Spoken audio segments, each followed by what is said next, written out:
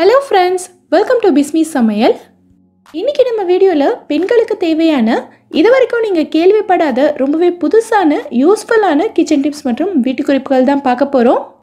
என்னென்ன டிப்ஸ் பார்க்கிறதுக்கு முன்னாடி நீங்க நம்மளோட வீடியோவை இப்பதான் ஃபர்ஸ்ட் டைம் பார்க்கறீங்கன்னா நம்மளோட பிஸ்மி சமையலுக்கு சப்ஸ்கிரைப் பண்ணுங்க. நம்ம சேனல்ல ஏற்கனவே கிச்சன் டிப்ஸ் மற்றும் வீட்டு குறிப்புகள் பத்தி நிறைய வீடியோஸ் போட்டிருக்கோம். அந்த வீடியோஸையும் நீங்க செக் பண்ணி பாருங்க. இப்போ நம்ம ஃபர்ஸ்ட் டிப் என்னங்கறத பார்க்கலாம். இங்க பாத்தீங்கன்னா நான் வந்து கிர்னி பழம் தான் எடுத்துர்க்கேன். இது வந்து கிர்னி பழம் இல்ல முலாம்பழம் எப்படி வேணாலும் சொல்லலாம். இந்த வெயில் காலத்துல எல்லா இடங்கள்லயுமே நிறைய கிடைக்கும். இந்த பழத்தை நம்ம யூஸ் பண்ணும்போது பாத்தீங்கன்னா இத கட் பண்ணி உள்ள இருக்கக்கூடிய விதைகளை அப்படியே எடுத்து கீழே போட்டுட்டு இந்த பழத்தை மட்டும் தான் நம்ம வந்து சாப்பிடுறதுக்கோ இல்ல ஜூஸ் போடுறதுக்கோ யூஸ் பண்ணுவோம். ஆனா இந்த விதைகள்ல கூட நமக்கு நிறைய சத்துக்கள் இருக்கு. இத வந்து நம்ம வேஸ்ட் பண்ண வேண்டாம். ஒரு ஸ்பூன் வச்சு லைட்டா எடுத்தீங்கனாலே போதும், ஃபுல்லா அப்படியே வந்துரும்.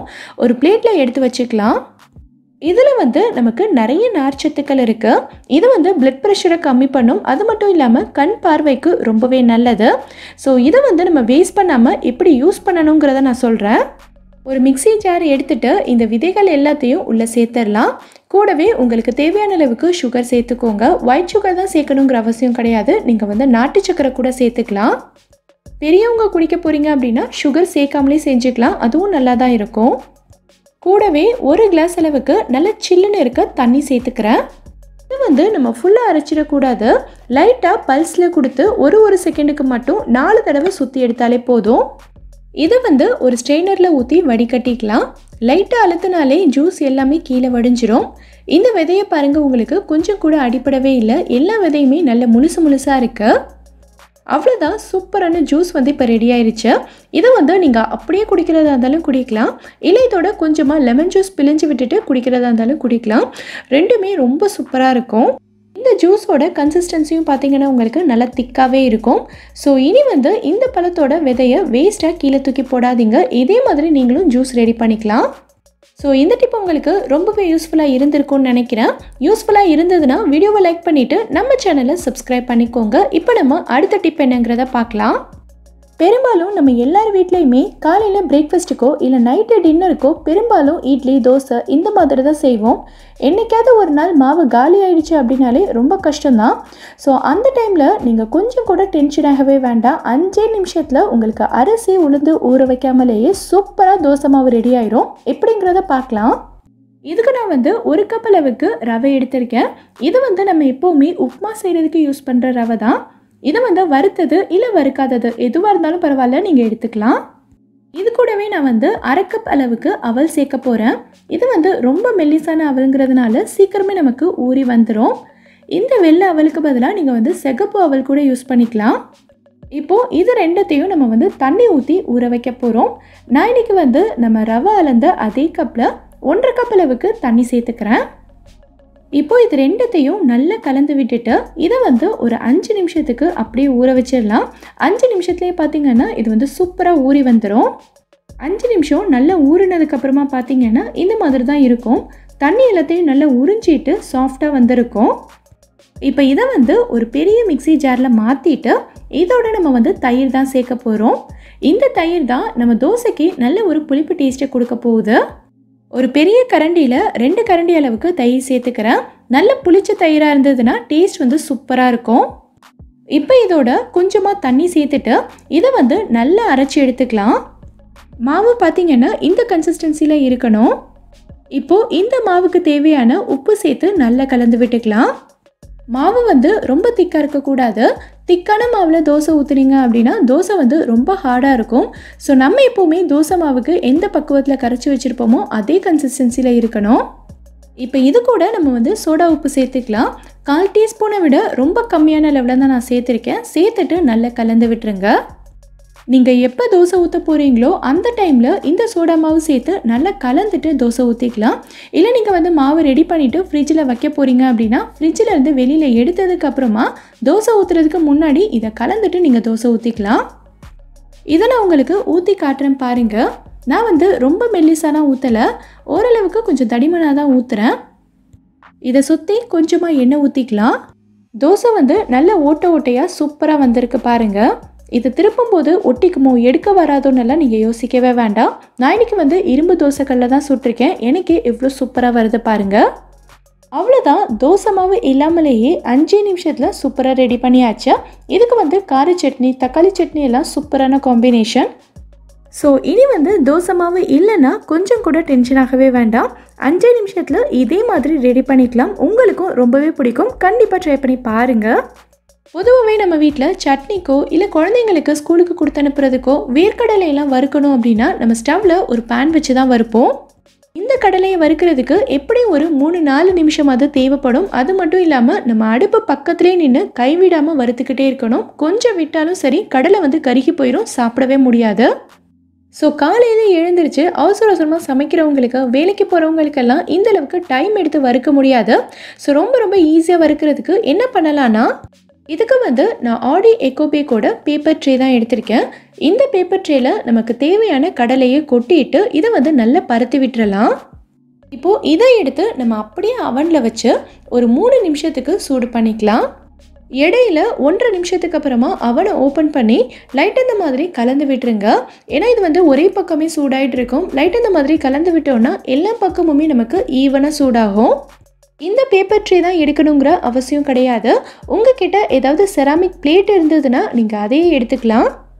3 நிமிஷத்துக்கு அப்புறமா அவனில் இருந்து வெளியில் எடுத்துடலாம். இப்போ இது வந்து ரொம்ப சூடாக இருக்கும், தொட முடியாது.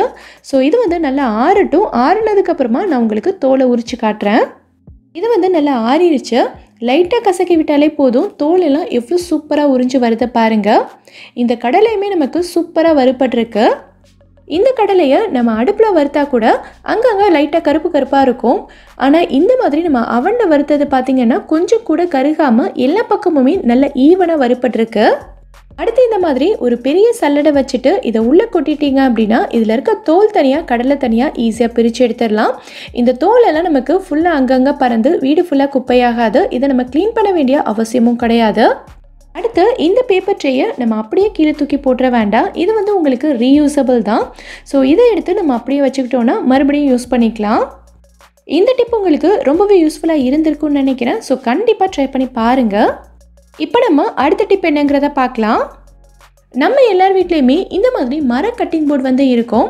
இந்த மாதிரி மர கட்டிங் போர்டெல்லாம் நம்ம வந்து கரெக்டாக க்ளீன் பண்ணி மெயின்டைன் பண்ணணும். கொஞ்சம் க்ளீன் பண்ணாமல் கவனிக்காமல் விட்டுட்டாலும் கூட கொஞ்ச நாளையிலே இந்த போர்டு ஃபுல்லாகவே அங்கங்கே கருப்பாக வர ஆரம்பிச்சிடும். இந்த கட்டிங் போர்டு வந்து நான் 4 வருஷத்துக்கும் மேலே யூஸ் பண்ணிகிட்ருக்கேன். ஸோ இதோட ஓரத்தில் பார்த்திங்கன்னா ஃபுல்லாக கருப்பாயிருச்சு. இதை வீடியோவில் பார்க்கும்போதே உங்களுக்கு தெரியும்னு நினைக்கிறேன். ஸோ இந்த கருப்பு எல்லாத்தையும் நம்ம எப்படி க்ளீன் பண்ணணுங்கிறத நான் சொல்கிறேன்.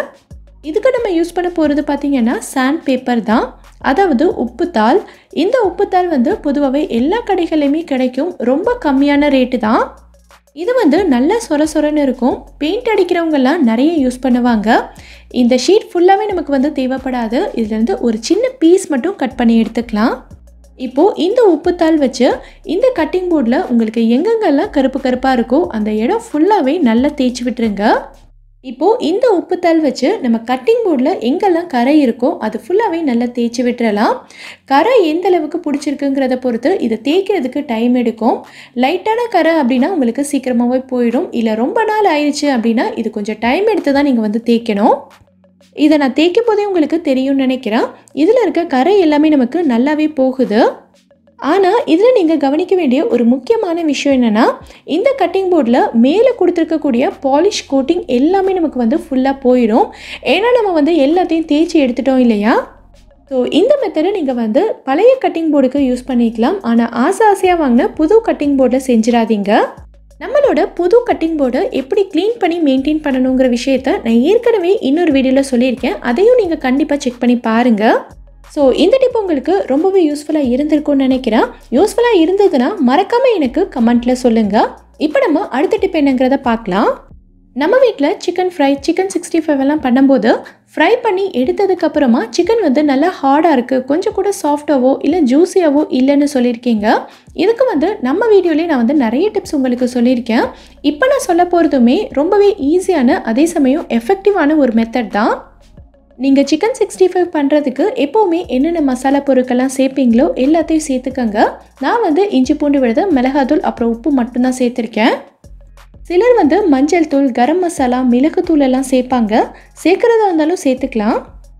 இப்போது இந்த சிக்கனை சாஃப்ட் ஆக்கிறதுக்கு நம்ம சேர்க்க போகிறது பார்த்திங்கன்னா தயிர் தான். தயிர் வந்து எப்போவுமே எல்லார் வீடுகள்லையுமே இருக்கும்.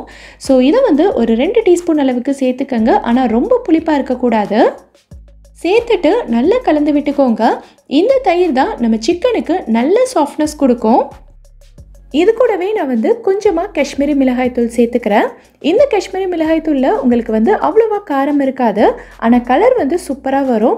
ஸோ நம்ம வந்து கலர் பவுடர் சேர்க்க வேண்டிய அவசியம் இருக்காது. அடுத்து ஒரு ஃபோர்க் எடுத்துட்டு சிக்கனில் அங்கங்கே இந்த மாதிரி நல்லா குத்தி விட்டுருங்க. இந்த மாதிரி செய்யும்போது நம்ம சேர்த்துருக்க மசாலா பொருட்கள் எல்லாமே சிக்கனில் நல்லா ஒட்டி பிடிக்கும். அது மட்டும் இல்லாமல் சிக்கனும் நமக்கு நல்ல ஜூஸியாக வரும். இப்போது இது வந்து ஒரு 30 நிமிஷத்துக்கு நல்லா ஊறட்டும். அதுக்கப்புறமா நம்ம வந்து இன்னொரு முக்கியமான பொருள் சேர்க்க போகிறோம். இதை வந்து நீங்கள் வெளியிலே வைக்கிறதா இருந்தாலும் ஓகே தான், இல்லை ஃப்ரிட்ஜில் வச்சு ஊற வைக்கிறதா இருந்தாலும் ஓகே தான். நான் இன்றைக்கி வந்து வெளியிலே தான் வச்சுருந்தேன். 30 நிமிஷம் நல்லா ஊறினதுக்கப்புறமா இது கூட நம்ம வந்து கார்ன்ஃப்ளவர் சேர்க்க போகிறோம். நிறைய இல்லை, ஒரு 2 டீஸ்பூன் அளவுக்கு தான் சேர்த்துருக்கேன். இந்த மாதிரி நம்ம வந்து கடைசியாக கார்ன்ஃப்ளவர் சேர்த்து மிக்ஸ் பண்ணும்போது சிக்கன் ஃப்ரை வந்து நமக்கு கடையில் கிடைக்கிற மாதிரி நல்ல கிறிஸ்பியாக வரும். சேர்த்து நல்லா மிக்ஸ் பண்ணி விட்டுட்டு ஒரு 2 நிமிஷத்துலேயே நீங்கள் வந்து ஃப்ரை பண்ணிக்கலாம்.